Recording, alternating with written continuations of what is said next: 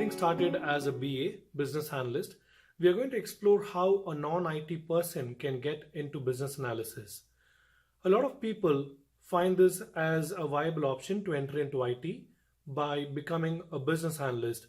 And although the thought might be a bit straightforward because the job description appears quite easy to do and the demands of the job seem conceivable, however, there might be some areas where you might feel you're stuck and you are not able to break through into the career of business analysis. I've helped hundreds of non-IT professionals get into business analysis, and I'll speak from that experience to see how you can make your path a little bit less strenuous as you navigate through this process. So this video will be all about how to get that first step started. How do you get moving? And we'll take it from there. So to begin with, you probably have done your research about the BA role. You know that without a IT background, you can get into business analysis. Without a computer science degree, you can still get into business analysis, and you need not have coded a single line of code all your life, and still you can become a business analyst. And the opportunities also are quite promising in the sense that the pay is good, there is a good growth perspective, and also it's one of the professions that is going to be hard to outsource.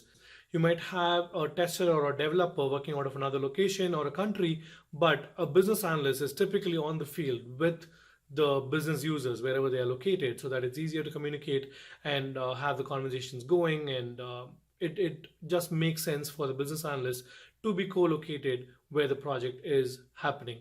Now, given all this, that it is a low barrier of entry, does it make the entry path easier? And you might be curious about it. Well, it can be a little bit challenging because you may not understand the nuances right at the outset. So let's get into some specifics and see how you can prepare yourself better to face the challenge of getting your first BA job and keeping it. Next, we'll talk about how you can equip yourself for the job even before you acquire a job. How can you prepare yourself towards that? One, capitalize on your past experience. Like I said, a lot of BA positions require you to have some experience. So it makes sense to capitalize your own past experience and use that from the BA perspective, because there's a lot of transferable skills when it comes to business analysis, whether it is a client-facing role or whether it is gaining good amount of domain knowledge or any IT experience in the past, or even if you are a software user for a long time based on your current job, that could also count. So take a look at your past resume and then take aspects of business analysis that you can gather from there, and then practice and act as a business analyst on that assignment of yours. What exactly do I mean? So prepare yourself to do some feature analysis. And what do I mean by feature analysis?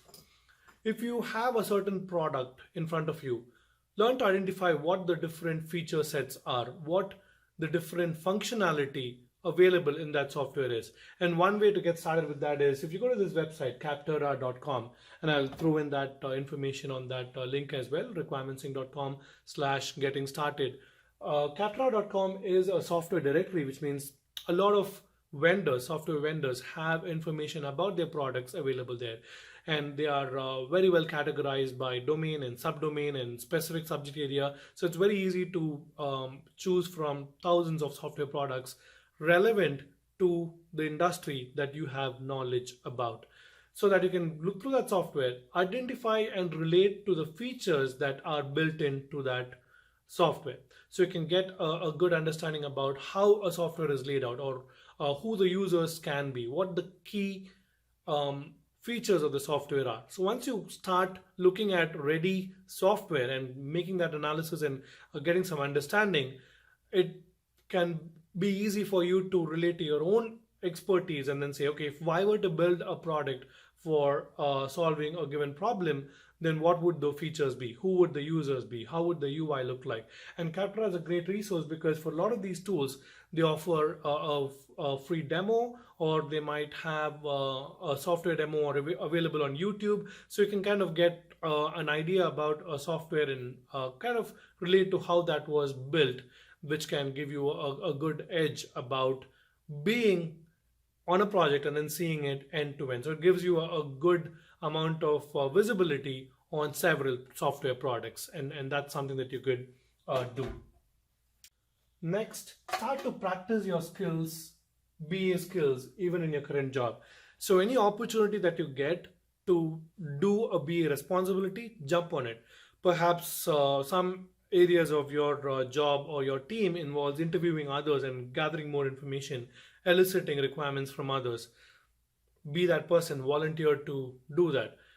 Anything that involves note taking or documenting, meeting of the minutes, and so on. Those are small areas that you can start gathering up so that you can formulate that BA mindset in yourself and kind of be prepped up for that job. Now, how can you identify other areas where you could put your BA hat on and work on your current job itself? So I want to call these 4Ps. Any analyst is going to look at things in a business analysis problem based on these 4 areas for the most part.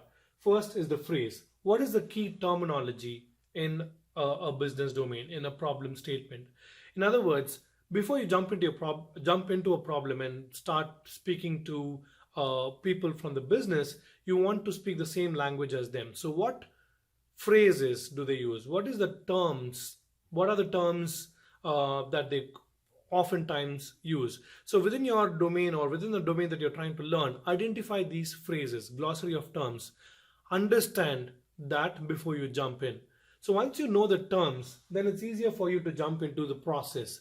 Okay, so a new domain that you're trying to learn, what are the different processes that are available there that you can master? For example, if it's a mortgage industry that you want to learn, what happens in the process of getting a loan applied for? What happens in the process of pricing a loan? What happens in the process of getting the loan documentation created? What other things can go on while you're trying to approve someone for a loan? So think about all those perspectives, understand the phrases, the terminology, and then understand the different processes that might come into play. Next, picture.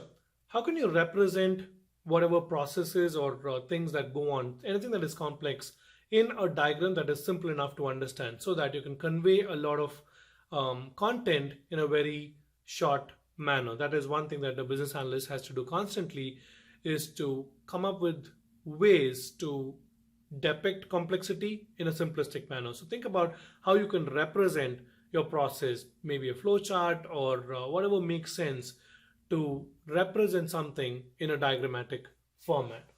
Lastly, paragraph. So a picture can be equal into 1,000 words, but it may not be sufficient for you to start development, start working on a software product, for instance. So you might want to paraphrase and then create a paragraph, let's say, to document everything that comes into that particular process that you're describing. Now, 2 things when it comes to any requirements. So let's dig a little bit deeper into what you would document in this paragraph. So anytime you're dealing with requirements, there are 2 things that are critical and form the core of how you would document requirements. It involves the flow. How do you progress from point A to point B? And it involves the rules that transpire while you're doing that flow.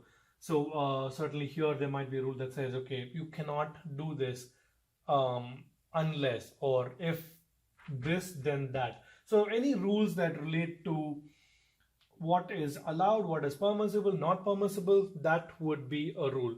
To give you an example, if you want to renew your license, you cannot have a suspended license, cannot be renewed, right?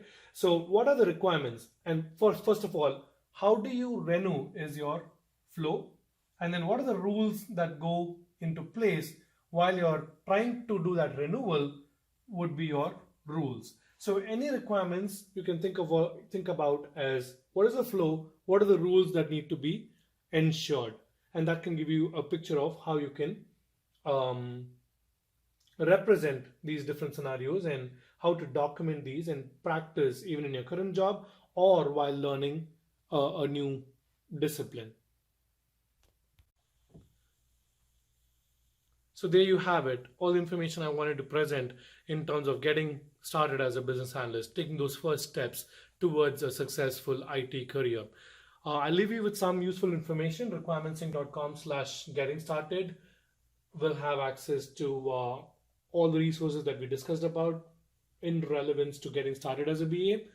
requirementsync.com/free has some free video content and other resources that are not available on YouTube if you want to check that out. And then requirementsync.com/book enables you to download a handbook about getting started as a BA. So those are some free resources that I wanted to leave you guys with.